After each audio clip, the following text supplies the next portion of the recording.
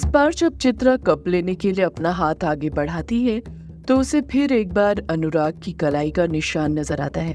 इस बार चित्रा ये मौका छोड़ती नहीं है और वो बौखलाहट के साथ अनुराग से पूछ पड़ती है, ये आपकी कलाई पर निशान कैसे अनुराग जी?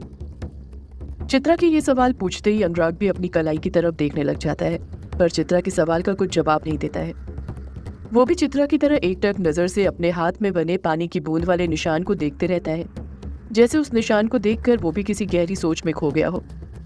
चित्रा जानबूझकर सब चीजों से अनजान बनते हुए अनुराग पर दबाव बनाते हुए पूछ पड़ती है, आप चुप क्यों हो गए अनुराग जी?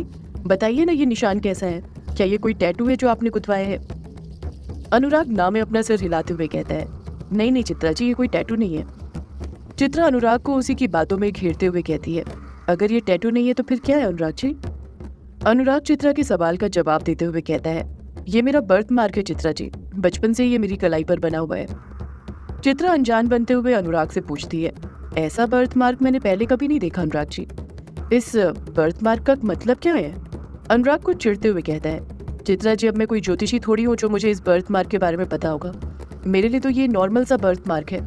चित्रा अनुराग को एकटक देखते हुए कहती है, आपको पता है अनुराग जी, कहते हैं जो हमारे बर्थ मार्क होते हैं उनका हमारी पिछली जिंदगी से कोई ना कोई नाता होता है। हो सकता है इस बर्थ मार्क का भी आपकी पिछली जिंदगी से कोई लेना देना हो। अनुराग पलट कर कहता है, चित्रा जी मुझे इस जिंदगी के बारे में ठीक से कुछ नहीं पता और आप हो कि मेरी पिछली जिंदगी की बात कर रही हो। और वैसे भी अब कलयुग चल रहा है, इस कलयुग में आपके पापों की सजा इसी जन्म में मिल जाती है। चित्रा फिर अनुराग के बर्थ मार्क को लेकर ही कुछ कहने वाली थी कि तभी अनुराग उसे टोकते हुए बोल पड़ता है, चित्रा जी आप इस बर्थ मार्क के पीछे क्यों पड़ी हुई हैं? छोड़िए इसे और चाय पीजिए वरना ठंडी हो जाएगी। चित्रा चाय की चुस्की लेते हुए कहती है, हाँ हाँ पी रही हूँ अनुराग जी। चित्रा चाय के एक दो घूंट पीती है और अनुराग से फिर पूछ पड़ती है, वैसे अनुराग जी आपने कभी बताया नहीं कि आप हो कहाँ से? अनुराग चित्रा के सवाल का जवाब देते हुए कहता है, मैं मेघालय से हूँ चित्रा जी। चित्रा अनुराग को घूरते हुए कहती है, मेघालय में कहाँ से अनुराग जी? मेघालय बहुत बड़ा है, गाँव का नाम बताइए।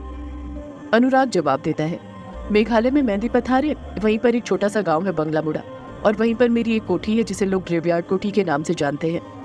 चित्रा खुद से धीरे से बड़बड़ाते हुए कहती है, बंगला मुड़ा जहाँ पर किश्नोई नदी बहती है। अनुराग चित्रा की बात में हामी भरते हुए कहता है, हाँ वही चित्रा जी। अनुराग फौरन चित्रा से पूछ पड़ता है, क्या आप वहाँ पर गई हो? चित्रा कुछ जवाब नहीं देती है, वो सोच में पड़ जाती है क्या करे, अनुराग जी को सारी सच्चाई बताए या ना बताए। अनुराग चित्रा पर दबाव बनाते हुए फिर उससे पूछ पड़ता है, बोलिए चित्रा जी, क्या आप वहाँ गई हैं? चित्रा मन में एक फैसला लेते हुए कहती है, नहीं नहीं, मैं अनुराग जी को अपने बारे में कुछ नहीं बता सकती हूँ। अपने बारे में अनुराग जी को कुछ भी बताना ठीक नहीं होगा, आखिर इन्होंने भी तो अपनी सच्चाई मुझसे छुपा कर रखी है। फैसला लेकर चित्रा अगले पल अनुराग से बोल पड़ती है, नहीं नहीं अनुराग जी, मैं वहाँ पर कभी नहीं गई हूँ। अनुराग चित्रा पर शक करते हुए पूछ पड़ता है, फिर आपको कैसे पता कि वहाँ पर किश्नोई नदी? अनुराग अपना सवाल पूरा करता उससे पहले चित्रा उसे बीच में टोकते हुए बोल पड़ती है, वो मैंने किताब में पढ़ा था कि किश्नोई नदी बहुत बड़ी है और कई गांवों से होकर गुजरती है, इसीलिए ये बात याद रह गई। अनुराग पलटकर कुछ नहीं कहता है। चित्रा जल्दी जल्दी चाय पीती है और जैसे ही उसकी चाय खत्म होती है वो अनुराग से कहती है, अच्छा अनुराग जी, अब मैं चलती हूँ। अनुराग चित्रा को ऊपर से लेकर नीचे तक घूरते हुए कहता है, आप यहाँ पर बस मेरे हाथों की चाय पीने आई थी क्या चित्रा जी? चित्रा ना में अपना सिर हिलाते हुए तुरंत अनुराग से बोल पड़ती है, नहीं नहीं अनुराग जी, मैं तो यहाँ पर आपसे मिलने आई थी। अनुराग पलटकर कहता है, मिलने आई थी तो फिर इतनी जल्दी में क्यों है आप? आपको आए हुए मुश्किल से 10-15 मिनट ही तो हुए होंगे और आप जाने की बात कर रही हैं। चित्रा कुछ सोचकर बहाना बनाते हुए कहती है, वो मुझे कुछ काम है अनुराग जी। अनुराग पलटकर पूछता है, काम है? क्या काम है चित्रा जी? चित्रा जवाब देती है, वो मुझे कुछ पेंटिंग के ऑर्डर आए हैं, वही कंप्लीट करना है। अनुराग खामोशी रहता है, पलटकर कुछ नहीं कह पाता है। चित्रा अपनी जगह से खड़ी होते हुए कहती है, अच्छा अब मैं निकलती हूँ, बहुत सारा काम पड़ा है। अनुराग को चित्रा का बर्ताव काफी बदला हुआ लग रहा था। अनुराग नाराजगी के साथ एकदम धीरे से कहता है, अगर इतना सारा काम था तो फिर आप आई ही क्यों?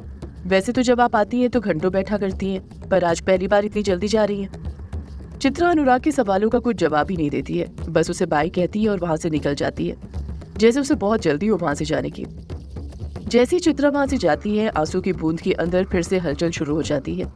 युग देखता है कि फिर से उसे सब चीजें धुंधली नजर आने लग गई थी।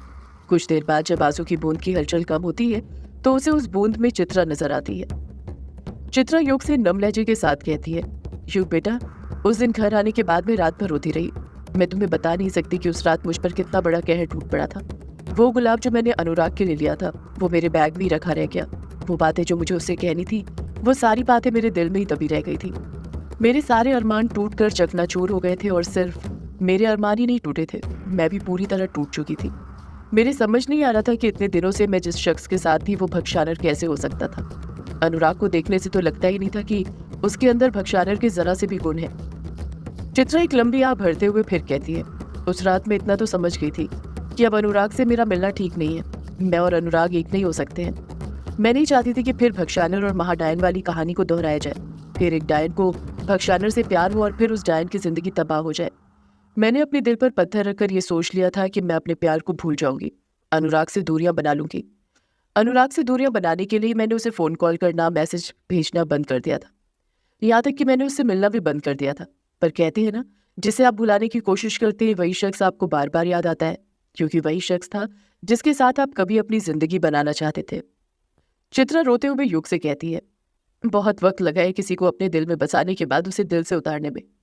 ये सब मेरे लिए इतना आसान नहीं था। अपने माता पिता को खोने के बाद एक अनुराग ही तो था जो मुझे अपना लगा था। फिर मैं भला उसे कैसे इतनी आसानी से भुला देती।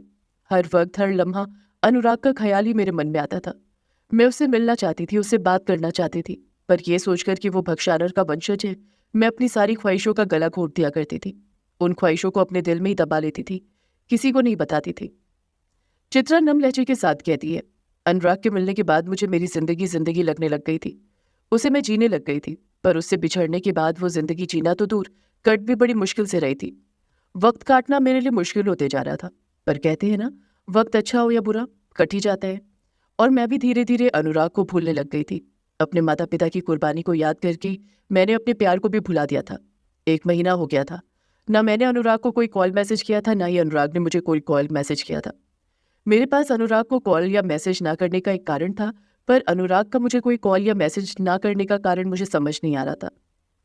मैं तो यही सोचकर डरी हुई थी कि कहीं उसे पता तो नहीं चल गया कि मैं एक डायन हूँ, पर मैं जानती थी मैं बेवजह ही टेंशन ले रही हूँ। जब उसे अब तक कुछ पता नहीं चला था तो अब बिना मिले कैसे पता चल जाएगा। मैंने तो यही सोच लिया था कि शायद अनुराग को मुझ में कोई इंटरेस्ट ही नहीं था, ना ही मुझसे प्यार था, वरना वो मुझे एक मैसेज तो 1 महीने के अंदर ज़रूर करता।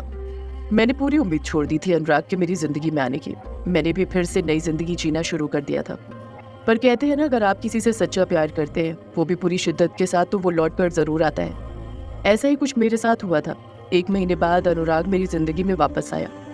चित्रा के चेहरे के एक्सप्रेशन फिर से बदलने लग जाते हैं। उसके चेहरे पर प्यार नजर आने लग जाता है। चित्रा के चेहरे पर ही नहीं बल्कि उसकी आंखों में भी अनुराग के लिए प्यार नजर आने लग जाता है। चित्रा बड़े प्यार से कहती है, मुझे वो दिन अच्छे से याद है जब पूरे 1 महीने बाद अनुराग मुझसे मिलने के लिए आया था। मैं लाइब्रेरी में बैठी हुई थी और अनुराग मुझसे अनजान की तरह बात कर रहा था। कभी पेन मांग रहा था तो कभी पानी। मैंने उसे इग्नोर करने की बहुत कोशिश की, पर ज़्यादा देर तक कर नहीं पाई। मैं तो उससे नाराज़ थी, इसलिए मैंने भी उससे सीधे मुँह बात नहीं की। पर कब तक उससे नाराज़ रहती? मैं उससे प्यार करती थी, और जिससे आप प्यार करते हैं उससे नाराज़ ज़्यादा देर तक नहीं रह सकते हैं। उसके चेहरे की मासूमियत ने फिर एक बार मुझे ये भूलने के लिए मजबूर कर दिया था कि वो भक्षानल का वंशज है। कुछ देर बाद जब हमारी बातें ठीक चलने लग गई तो अनुराग ने मुझसे पूछा कि आखिर क्या कारण था कि मैं 1 महीने तक ना उससे मिली, ना कोई फ़ोन कॉल या मैसेज किया। पहले तो मेरी समझ ही नहीं आई कि मैं उसे क्या जवाब दूँ, पर फिर बहाना बनाते हुए मैंने कह दिया कि इसलिए नाराज़ थी क्योंकि हमेशा मैं ही उससे मिलने आया करती थी, मैं ही उसे कॉल या मैसेज किया करती थी, वो तो करता नहीं था। अनुराग इतना सीधा था कि उसने मेरी ये बात मान भी ली। उसे पूरी तरह यकीन हो गया कि मैं उससे इसी वजह से नाराज़ थी। अनुराग के इसी सीधेपन पर तो मैं उसे अपना दिल दे बैठी थी। चित्रा उस दिन के बारे में याद करते हुए फिर युग से बोल पड़ती है, उस दिन अनुराग मुझसे सिर्फ मिलने ही नहीं आया था, बल्कि अपने दिल की बात भी कहने आया था। और जब उसने अपने दिल की बात एक कहानी के जरिए मुझे बतानी चाहिए और कहा कि वो हमारी दोस्ती के रिश्ते को प्यार के रिश्ते में तब्दील करना चाहता है, तो युग बेटा मैं बता नहीं सकती मैं क्या महसूस कर रही थी। मुझे तो लग रहा था मेरे पर निकल आए हैं और मैं आसमान में उड़ने लग गई हूँ, जैसे मैंने सब कुछ पा लिया हो। आखिर यही शब्द तो मैं अनुराग के मुँह से सुनना चाहती थी, अपने प्यार का इजहार। जो उस दिन मैं अनुराग से नहीं कर पाई, वो उस दिन अनुराग ने खुद मुझसे कर दिया था। अपने दिल की बात मेरे सामने रख दी थी। ये बात कहते ही चित्रा के चेहरे पर जो चमक आई थी वो वापस से जाने लग जाती है। चित्रा मायूस होते हुए नम लहजे के साथ कहती है, पर जब अनुराग ने मुझसे उसके इजहार का जवाब मांगा तो मैं उसे कुछ जवाब नहीं दे पाई। उसके हाथ का निशान देखकर ही मेरी हाँ मेरे अंदर ही दबी रह गई। मैं अंदर ही अंदर रोती रही, चीखती रही, ये कहने को कि हाँ अनुराग, मैं भी तुमसे बहुत प्यार करती हूँ। पर मैं अनुराग से कुछ नहीं बोल पाई। वो बेचारा बार बार पूछते रह गया कि मेरा क्या जवाब है, पर मैंने उसे कोई जवाब नहीं दिया और सीधे जाकर बस पर बैठ गई। पर जब बस पर बैठी तो जाते वक्त अनुराग ने मेरे हाथ में एक पर्ची थमा दी थी। मेरी समझ नहीं आ रहा था कि अनुराग ने मुझे जाने से पहले वो पर्ची क्यों दी। पर जब बस के अंदर मैंने उस पर्ची को खोला और उसे पढ़ा तो उसे पढ़कर मैं अपना फैसला बदलने के लिए मजबूर हो गई। मेरी आंखों से आंसू बहने लग गए थे। उस पर्ची को पढ़कर मैं जरा भी अंदाजा नहीं लगा पा रही थी कि अनुराग को वो बातें कैसे पता चल गई थी, वो बातें कैसे उसने उस पर्ची पर लिख दी थी। सदियों से है पुरानी ये है यक्षिणी की कहानी। यक्षिणी एक आग है, यक्षिणी तेरा ख्वाब है।